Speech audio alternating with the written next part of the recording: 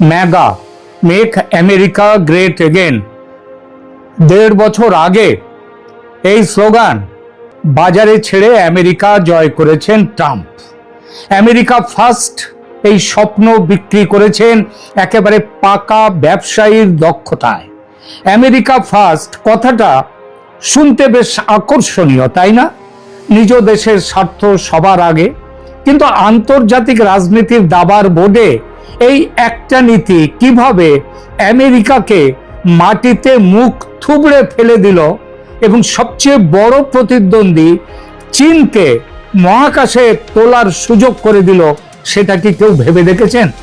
যে মুহূর্তে ওয়াশিংটন একের পর এক আন্তর্জাতিক টেবিল থেকে চেয়ার গুটিয়ে উঠে দাঁড়িয়েছে, ঠিক সেই মুহূর্তে বেইজিং পেছনের দরজায় নয়, একেবারে লাল গালিচা বিছিয়ে সেই চেয়ারগুলোতে গিয়ে বসেছে। ফল বিশ্লেষকরা এখন ঠাট্টা করে বলছেন ট্রাম্পের আমেরিকা ফার্স্ট নীতি কার্যত পরিণত হয়েছে আমেরিকা লাস্ট নীতি আর চায়না ফার্স্ট নীতিতে। আর এর প্রভাব পড়ছে সারা দুনিয়ায়।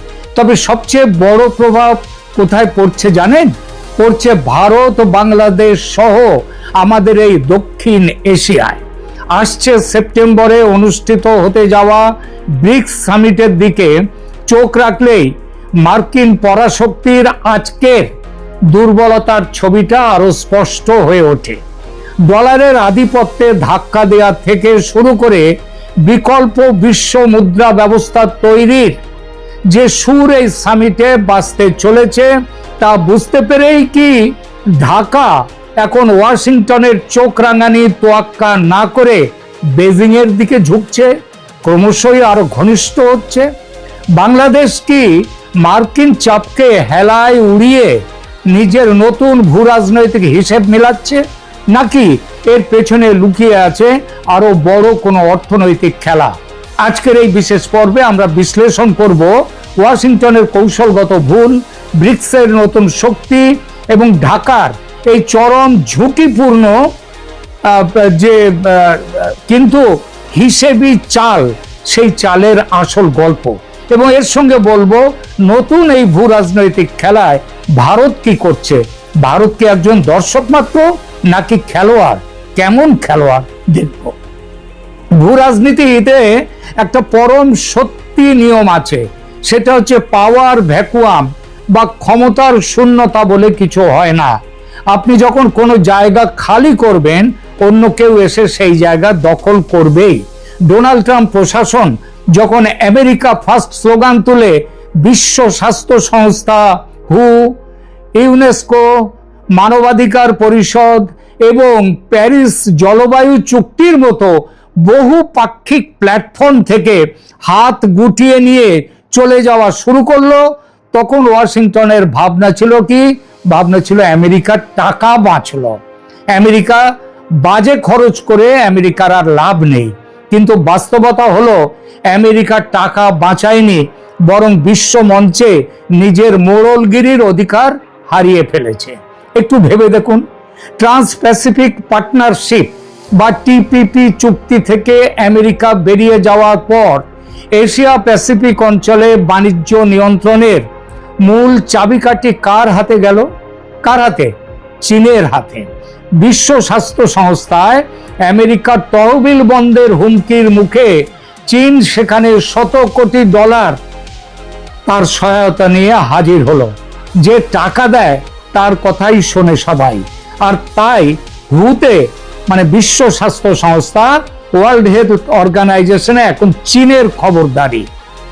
পশ্চিমা মিডিয়া যাকে মার্কিন সার্বভৌমত্ব রক্ষার লড়াই বলছিল, আন্তর্জাতিক সম্পর্কের পণ্ডিতদের কাছে তা ছিল ওয়াশিংটনের একপেশে আত্মঘাতী সিদ্ধান্ত। যে আন্তর্জাতিক ব্যবস্থাটা দ্বিতীয় বিশ্বযুদ্ধের পর যুক্তরাষ্ট্র নিজের হাতে গড়ে তুলেছিল, দুনিয়ার মোড়ল হয়েছিল, মাথা হয়েছিল আমেরিকা যুক্তরাষ্ট্র, সেখান থেকেই তারা ট্রাম্পের নেতৃত্বে একে একে পিছিয়ে এলো, পদত্যাগ করলো। ফলে বৈশ্বিক নেতৃত্ব চীনকে থালায় সাজিয়ে উপহার দেয়া ছাড়া ওয়াশিংটন আর কিছুই করেনি।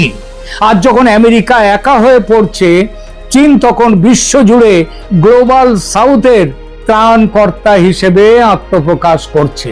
এখন আসা যাক সামনের সেপ্টেম্বরের সবচেয়ে আলোচিত যে ভূ রাজনৈতিক ইভেন্ট ব্রিক্স সামিট তার কথা। ওয়াশিংটন এতদিন ব্রিক্সকে ঠাট্টা করে বলতো এটা একটা টক শো, অনিয়মিত আড্ডার ক্লাব এই বলে অবহেলা করে এসেছে, কিন্তু পরিস্থিতি এখন বদলে গেছে। ব্রিক্স এখন আর ওই ব্রাজিল, রাশিয়া, ইন্ডিয়া, চায়না এবং সাউথ আফ্রিকা এই 5 দেশের সংগঠন নয়। ব্রিক্স এখন সম্প্রসারিত হয়ে ব্রিক্স প্লাস হয়েছে, আরো অনেক দেশের মধ্যে এসছে, তার মধ্যে মুসলিম কান্ট্রির দেশগুলো আছে, কিন্তু আমেরিকা নেই। সম্প্রসারণের পর থেকে বিশ্ব অর্থনীতিতে এই জোটের যে জিডিপি, সেটা পিপিপির বিচারে আমেরিকার G7 জোটকে ছাড়িয়ে গেছে। অবস্থাটা বুঝলেন? আর সেপ্টেম্বরের এই সামিটে মূল আলোচনার বিষয় কি হতে চলেছে জানেন? ডি-ডলারাইজেশন বা বিশ্ব বাণিজ্য থেকে ডলারের একচ্ছত্র প্রভাব কমানো এবং স্থানীয় মুদ্রায় ব্যবসা পরিচালনা করা। যে মার্কিন ডলারের জোরে আমেরিকা পুরো বিশ্বের ওপর একের পর এক অর্থনৈতিক নিষেধাজ্ঞা, স্যাংশন সব চাপিয়ে দিয়ে এতকাল মোড়লি করে এখনো করছে, সেই ডলারের বিশ্বব্যাপী গ্রহণযোগ্যতা এখন প্রশ্নের মুখে এসে দাঁড়িয়েছে। আর এটা দাঁড়াবে তখন যখন ব্রিক্সের নিজের মুদ্রা হবে। আমেরিকা আন্তর্জাতিক সংস্থাগুলো থেকে নিজেকে সরিয়ে নেয় বহু উন্নয়নশীল দেশ এখন বিকল্প আশ্রয়ের সন্ধানে। তারা দেখছে world bank, international monetary fund ইত্যাদি পশ্চিমের সংস্থায় গেলে মেলে কড়া শর্ত, গণতন্ত্র রক্ষা হচ্ছে কিনা, আবার গণতন্ত্র নিজেরাই ধ্বংস করছে। তারপরে নানান নীতি শিক্ষার বক্তৃতা আর নিষেধাজ্ঞার হুমকি। অন্যদিকে ব্রিক্সের যে নিউ ডেভেলপমেন্ট ব্যাংক, তারা দিচ্ছে অর্থনৈতিক সহায়তার বিকল্প রাস্তা। সেপ্টেম্বরের সামিটে যখন গ্লোবাল সাউথের বড় বড় দেশগুলো ডলারের বিকল্প ফ্রেমওয়ার্ক, ওই যে বললাম ব্রিক্স মুদ্রা, সেটা চূড়ান্ত করতে বসবে, তখন আমেরিকা আরো একবার অনুভব করবে যে তারা বৈশ্বিক ব্যবস্থার মূল কেন্দ্র থেকে কতটা দূরে ছিটকে চলে গেছে। ওয়াশিংটনের প্রশাসনিক মহলে এই ভীতি এখন স্পষ্ট। আর ঠিক এই সময়ই দক্ষিণ এশিয়ায় ঘটিয়েছে আর এক চাঞ্চল্যকর ঘটনা। এটা হলো ঢাকার হিসাব নিকাশ। ঢাকা, বাংলাদেশ। ওয়াশিংটনকে উপেক্ষা করে বাংলাদেশ বেজিং এর দিকে যাত্রা করেছে। অনেকে বলছেন আমেরিকার এই ক্রমহ্রাসমান প্রভাব এবং চীনের উত্থান দেখেই বাংলাদেশ বেজিং এর দিকে ঝুঁকে পড়ছে। আর সেটা করছে কিন্তু আমেরিকার চোখ রাঙানিকে অগ্রাহ্য করে। ইউনুস আমলে করা আমেরিকার সঙ্গে স্বাক্ষরিত গোপন চুক্তি, সেই চুক্তির শর্ত অস্বীকার করে। এই জন্য মুখোমুখি ধমকি দিতে সার্জিও গোর আসছেন ঢাকায়, কিন্তু লাভ হবে না। কেন? কারণ বাস্তবতা হলো এটাকে কেবল ঝোঁকা, তারা যে ঝুঁকছে বেজিং এর দিকে বাংলাদেশ, সেটা বললে ভুল হবে। এটি একটি চরম বাস্তবমুখী এবং ঠান্ডা মাথার কৌশলগত ভারসাম্য বা স্ট্র্যাটেজিক ক্যালকুলেশন করেই বাংলাদেশ এগিয়েছে। আসুন হিসাবটা একটু সহজ করা যাক। বাংলাদেশের অবকাঠামোগত উন্নয়নের জন্য প্রয়োজন বিপুল পরিমাণ অর্থায়ন, যা তারা মেগা প্রজেক্টগুলোর মাধ্যমে বাস্তবায়ন করছে। চীন কোনো মানবাধিকার বা রাজনৈতিক কাঠামো কি আছে সে দেশে, সেসব ব্যাপারে ধারে না। তারা এই রাজনৈতিক কাঠামোর শর্ত না দিয়ে বিলিয়ন বিলিয়ন ডলার ঋণ দেয় এবং সরাসরি প্রজেক্ট এক্সিকিউশন করার প্রস্তাব নিয়ে হাজির হয়। অন্যদিকে ওয়াশিংটন যখনই বাংলাদেশের সঙ্গে যোগাযোগ করে, তাদের ফোকাস থাকে নিরাপত্তা চুক্তি, নির্দিষ্ট রাজনৈতিক শর্ত অথবা গণতন্ত্র ও মানবাধিকারের নামে নিজেদের স্বার্থ বুঝে নেয়ার হুঙ্কার দেয়া। উন্নয়নশীল একটি দেশের জন্য কোনটা আগে প্রয়োজন? বন্দরের সক্ষমতা বাড়ানো নাকি ওয়াশিংটনের রাজনৈতিক লেকচার শোনা? উত্তরটা খুবই পরিষ্কার। আমেরিকার নিষেধাজ্ঞা বা চোখ রাঙানির ভয় বাংলাদেশ একেবারে উড়িয়ে দিচ্ছে না ঠিকই, তবে বাংলাদেশ এটাও বুঝে গেছে যে আজকের আমেরিকা আর 1990 সালের সর্বশক্তিমান আমেরিকা, এই দুটো একই দেশ নয়। চীন কেবল টাকা দিচ্ছে না, জাতিসংঘ নিরাপত্তা পরিষদে তার পক্ষে যেসব দেশগুলো আছে তাদের ওপর যে কোনো কূটনৈতিক চাপ ঠেকানোর জন্য বেইজিং হচ্ছে এখন ওই দেশগুলোর প্রধান ঢাল। তাছাড়া ব্রিক্সের নিউ ডেভেলপমেন্ট ব্যাংকে বাংলাদেশ ইতিমধ্যেই সদস্যপদ গ্রহণ করেছে। এবারের ব্রিক্স সম্মেলনে বাংলাদেশকে আমন্ত্রণ জানিয়েছে ভারত, কারণ ভারত এবার হচ্ছে এই আয়োজনের আয়োজক দেশ। এর অর্থ হলো পশ্চিমের নিয়ন্ত্রিত বিশ্ব ব্যাংক বা IMF এর বিকল্প লাইফলাইন ঢাকা ইতিমধ্যেই পেয়ে গেছে। দ্বিতীয় পদ্মা সেতু, তিস্তা প্রকল্প, লালমনিরহাট বিমানবন্দর, ড্রোন তৈরির কারখানা, মংলা বন্দর, SEZ, যুদ্ধ বিমান ক্রয়, বিশাল আর্থিক সাহায্য নিয়ে চীন তৈরি ব্রিক্সের নিউ ডেভেলপমেন্ট ব্যাংক। প্রয়োজন হলে বাংলাদেশের প্রশ্ন ওঠে, আমেরিকা কি হাত গুটিয়ে বসে থাকবে? ঢাকা যেভাবে বেজিং এর অর্থনৈতিক বলয়ে প্রবেশ করছে, ওয়াশিংটন কি তা নীরবে সহ্য করবে? একেবারে নয়। আমেরিকা ভালো করেই জানে বঙ্গোপসাগরের তীরে বাংলাদেশের ভৌগোলিক অবস্থান কতটা কৌশলগত। ইন্দো প্যাসিফিক অঞ্চল বা ভারত মহাসাগরে চীনের আধিপত্য ঠেকাতে বাংলাদেশকে তাদের দরকার। কিন্তু আমেরিকার কৌশলগত সমস্যা হলো তারা একদিকে বাংলাদেশকে কাছে টানতে চায়, আবার অন্যদিকে অভ্যন্তরীণ নীতিতে চাপ সৃষ্টি করে নিজেদের তৈরি শর্ত মানতে বাধ্য করে। চীনের নীতি এখানে সম্পূর্ণ আলাদা। চীন সরাসরি নীতি প্রয়োগ করে। সেই নীতিটা কি? আমাদের ব্যবসায় কোনো রাজনীতি থাকবে না, আপনার রাজনীতিতেও আমরা ঢুকবো না। এই নন ইন্টারফেয়ারেন্স পলিসি ঢাকার জন্য মার্কিন চাপের মুখে চীনের এই নীতি এক বড় রক্ষা কবচ। বাংলাদেশ খুব ভালো করেই জানে আমেরিকা যদি অতিরিক্ত চাপ দেয় বা অর্থনৈতিক চোখ রাঙানি দেয়, তবে সম্পূর্ণ চীনা ক্যাম্পে যোগ দেওয়া ছাড়া ঢাকার সামনে কোনো পথ থাকবে না, আর সেটা ওয়াশিংটনের জন্য হবে আরো বড় বিপর্যয়। ফলে বাংলাদেশ আসলে আমেরিকার দুর্বলতাকেই কাজে লাগাচ্ছে। আমেরিকা হাত গুটিয়ে নিচ্ছে বলেই বাংলাদেশ অন্য বিকল্প পথগুলো খোলাখুলি ব্যবহার করার সাহস পাচ্ছে। কিন্তু দাঁড়ান, আমেরিকা পিছিয়ে যাচ্ছে আর চীন খালি মাঠ পেয়ে শুধু গোল দিয়ে যাচ্ছে। এই পুরো গল্পে বিশ্ব রাজনীতির আর এক প্রধান খেলোয়াড় কি আমরা ভুলে যাচ্ছি? ভারত। এই পুরো ভূ রাজনৈতিক দাবা খেলায় নয়াদিল্লির ভূমিকা ঠিক কি? একদিকে আমেরিকা যখন আন্তর্জাতিক মঞ্চগুলো থেকে নিজেদের গুটিয়ে নিচ্ছে, সরিয়ে নিচ্ছে, আর অন্যদিকে চীন যখন অর্থ শক্তির জোরে ছোট ছোট দেশকে নিজের অর্থনৈতিক জালে ফাঁসাচ্ছে, ঠিক সেই মুহূর্তে ভারতের সামনে এসেছে শতাব্দীর সবচেয়ে বড় কৌশলগত সুযোগ। ভারত এখন আর কেবল এশিয়ার একটি শক্তিশালী দেশ নয়, বরং পুরো গ্লোবাল সাউথ বা উন্নয়নশীল বিশ্বের সবচেয়ে নির্ভরযোগ্য কণ্ঠস্বর এখন ভারত। কিন্তু কিভাবে? আসুন হিসাবটা মিলিয়ে নেওয়া যাক। একটু ভেবে দেখুন, পৃথিবীর আর কোন দেশ আছে যা একই সাথে ওয়াশিংটনের নেতৃত্বে যে কোয়াড, সেই কোয়াডের প্রধান স্তম্ভ, আবার বেইজিং মস্কোর সাথে ব্রিক্স এবং সাংহাই কোঅপারেশন অর্গানাইজেশনের মতো সংস্থায়ও সমান প্রভাবশালী?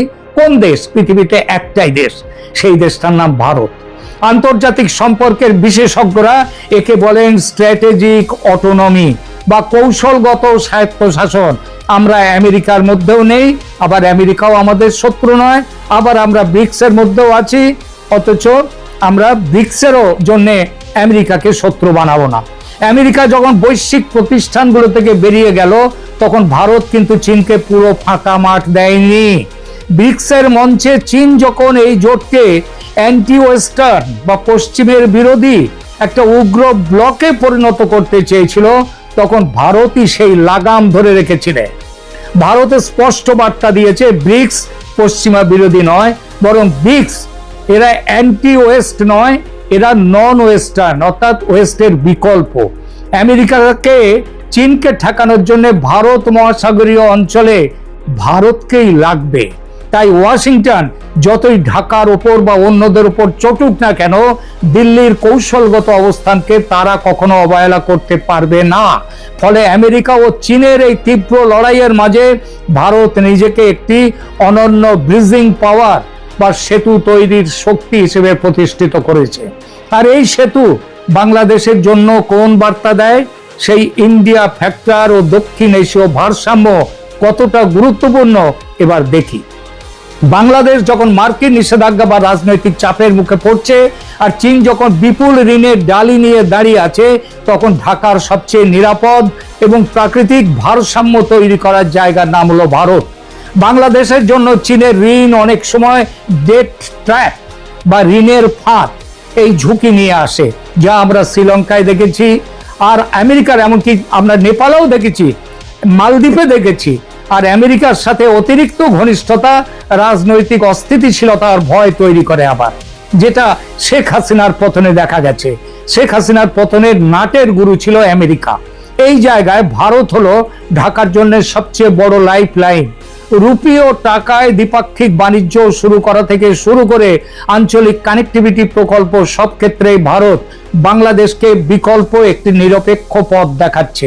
ঢাকা খুব ভালো করেই জানে চীনের দিকে অতিরিক্ত ঝুঁকে পড়লে যেমন নিরাপত্তার ঝুঁকি থাকে, তেমনি ওয়াশিংটনের সব কথা মেনে চললে সার্বভৌমত্ব সংকটে পড়ে। ফলে দিল্লির সাথে কৌশলগত অংশীদারিত্ব বজায় রেখেই বাংলাদেশ আসলে আমেরিকা ও চীন এই দুই পক্ষকেই নিজের সীমানার মধ্যে আটকে রাখার সুযোগ পাচ্ছে। সুতরাং হিসাবটা পরিষ্কার। ট্রাম্পের আমেরিকা ফার্স্ট নীতি যে শূন্যতা তৈরি করেছে, তা কেবল চীন পূরণ করছে না, বরং এই আন্তর্জাতিক ভাষায় আন্তর্জাতিক যে দাবা খেলায়, সেখানে ভারত এখন এক মাস্টার স্ট্রোক খেলছে। যেখানে আমেরিকা বিচ্ছিন্নতাবাদী আর চীন আগ্রাসী, সেখানে ভারত নিজেকে তুলে ধরছে বিশ্ব বন্ধু বা সবার আস্থাভাজন অংশীদার হিসেবে। দক্ষিণ এশিয়ার ছোট দেশগুলোর সামনে এখন কেবল ওয়াশিংটন বা বেজিং, এই দুটোর মধ্যে একটাকে বেছে নেওয়ার বাধ্যবাধকতা নেই। দিল্লির উপস্থিতিতে তারা এখন নিজেদের শর্তে খেলা পরিচালনা করতে পারছে। আমেরিকা, চীন আর ভারতের এই ত্রিমুখী মহানাটক শেষ পর্যন্ত কার চাল মাত হবে তা দেখতে আমাদের চোখ রাখতে হবে সেপ্টেম্বরের ঐতিহাসিক ব্রিক্স সামিটের দিকে। প্রিয় দর্শক, আপনার কি মনে হয় এই খেলায়, দক্ষিণ এশিয়ার এই ক্ষমতার খেলায় ভারত কি সত্যিই চীনকে টেক্কা দিতে পারবে? কমেন্টে আপনার মূল্যবান মতামত জানান। এবার বাংলাদেশের প্রধানমন্ত্রী তারেক রহমানকে ভারতবর্ষে অনুষ্ঠিত হওয়া ব্রিক্স সামিটে যোগদান করার জন্য আহ্বান জানালেন ভারতবর্ষের প্রধানমন্ত্রী নরেন্দ্র মোদী। কিন্তু কেন হঠাৎ করে বাংলাদেশের প্রধানমন্ত্রীকে আমাদের দেশে অর্থাৎ ভারতবর্ষে আমন্ত্রণ জানানো হলো, এ বিষয়ে একাধিক জল্পনা বিভিন্ন মহলে কিন্তু শুরু হয়েছে।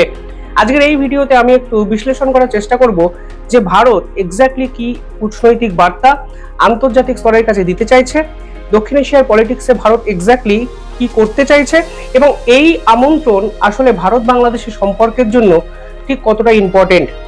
ভিডিওটি শেষ অবধি দেখবেন এবং ভিডিওটি ভালো লাগলে বা আপনাদের নিজস্ব মতামত কিছু থাকলে কমেন্টে জানাবেন এবং চ্যানেলটিকে ভালো লাগলে একটু সাবস্ক্রাইব করে পাশে থাকবেন।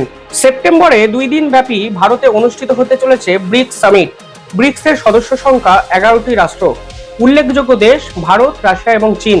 এবং বলা বাহুল্য, ভারত যেহেতু এই পুরো ব্রিক্স সামিটের এবার আয়োজক, তাই রাশিয়া চীনের পক্ষ থেকে টপ মোস্ট অফিসিয়াল কিংবা রাষ্ট্রনায়করা এই ভারতবর্ষে আসার চান্স কিন্তু বেড়েছে। ফলে ব্রিক্স সামিট অত্যন্ত গুরুত্বপূর্ণ একটি সামিট বর্তমান সময়ে, ঠিক যখন ডোনাল্ড ট্রাম্প গোটা বিশ্বকে ট্যারিফ খেলায় মাতিয়ে রেখেছে, মধ্যপ্রাচ্যে যুদ্ধের ফলে এনার্জি ক্রাইসিস তৈরি হয়েছে, রাশিয়া ইউক্রেন যুদ্ধের পরে কাস্পিয়ান সাগরে ট্রেড রুট সেটা বিপর্যস্ত। এই অবস্থায় দাঁড়িয়ে ভারত অত্যন্ত গুরুত্বপূর্ণ একটি আন্তর্জাতিক সামিট আয়োজন করতে চলেছে। এবার ভারত বাংলাদেশের প্রধানমন্ত্রী তারেক রহমানকে কেন ডাকলো?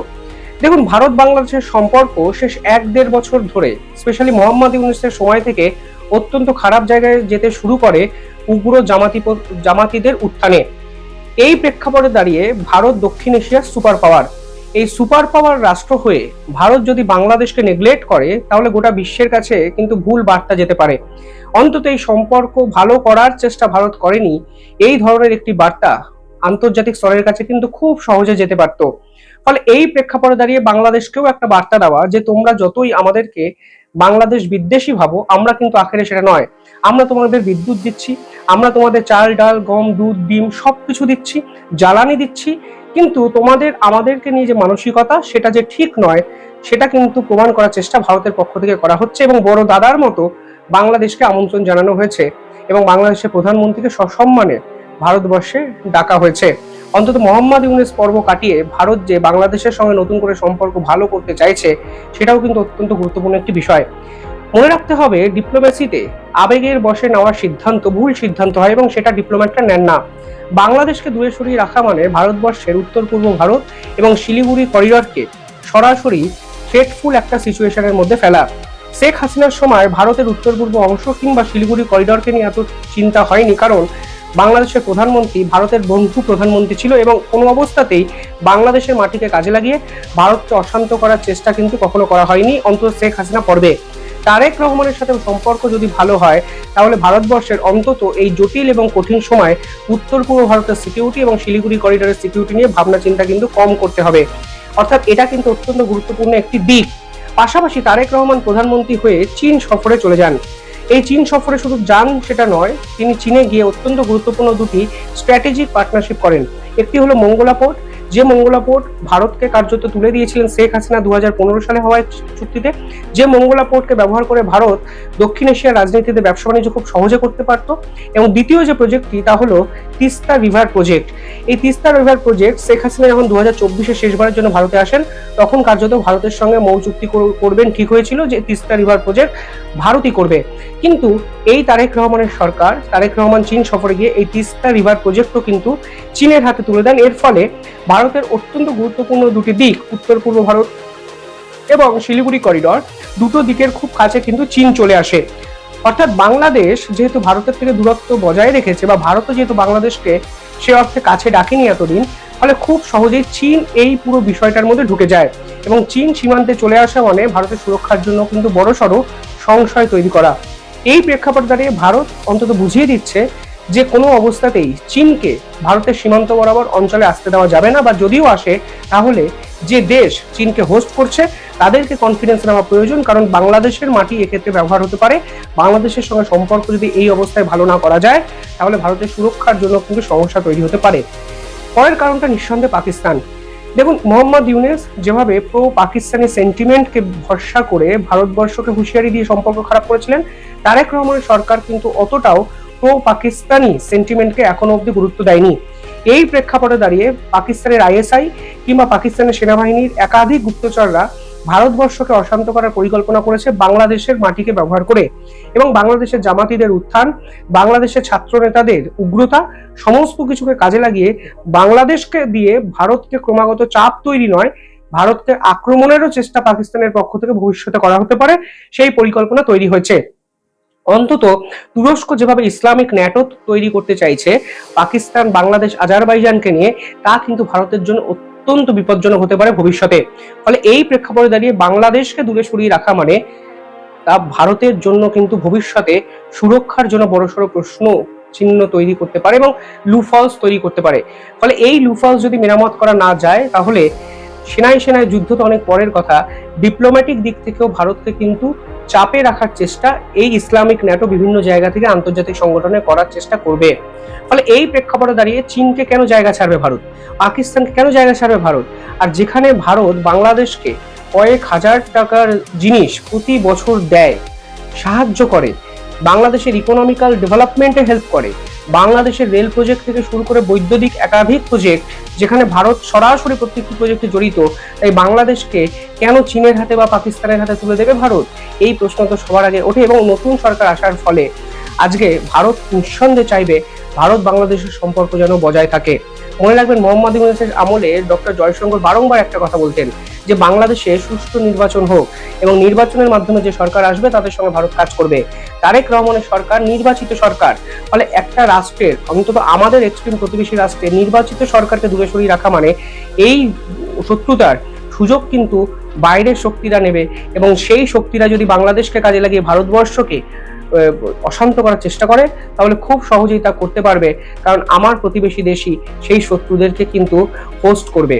ফলে এই প্রেক্ষাপটে প্রধানমন্ত্রী নরেন্দ্র মোদী অত্যন্ত গুরুত্বপূর্ণ একটি চাল চলেছেন এবং ভারতবর্ষের সঙ্গে বাংলাদেশের সম্পর্ককে রিভাইভ করার চেষ্টা করেছেন। এবং আরো একটা ইম্পর্টেন্ট বিষয়, আপনি দেখবেন 1 মাস আগেই ভারত কিন্তু ভিসা প্রসেস অনেকটা শিথিল করে দেয়। এমনকি ভিসার মাধ্যমে এই মুহূর্তে কয়েক লক্ষ ভারতীয়, মানে কয়েক লক্ষ বাংলাদেশি ভারতবর্ষে আসেন চিকিৎসা করার জন্য। 24 ঘন্টায় ভিসার আবেদন হয়েছিল প্রায় 1.5 লক্ষ।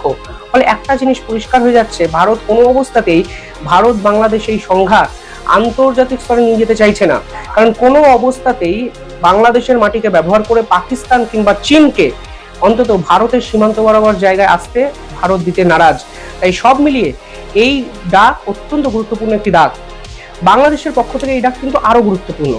ব্রিক্স সামিটে এমন একটি সামিট অর্গানাইজ করা হয় যেখানে বিশ্বে তাবর রাষ্ট্রনায়কেরা উপস্থিত থাকে। সেই ব্রিক্সের সদস্য কিন্তু বাংলাদেশ নয়। ফলে বাংলাদেশ এই সামিটে অংশগ্রহণ করতে পারলে তা বাংলাদেশের কিন্তু পড়ে পাওয়া 14 আনা একটি অপরচুনিটি হতে পারে। পাশাপাশি তারেক রহমানের কাছে এই সফর আসবেন কি আসবেন না সেটা একটু ট্রিকি সিদ্ধান্ত হতে পারে। কেন ট্রিকি সিদ্ধান্ত?